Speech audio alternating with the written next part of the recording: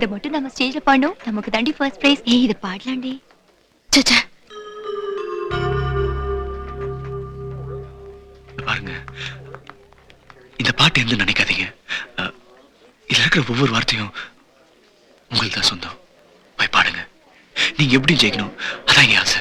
வாங்கிக்கடே. அடுத்ததாக ஊட்டி music college.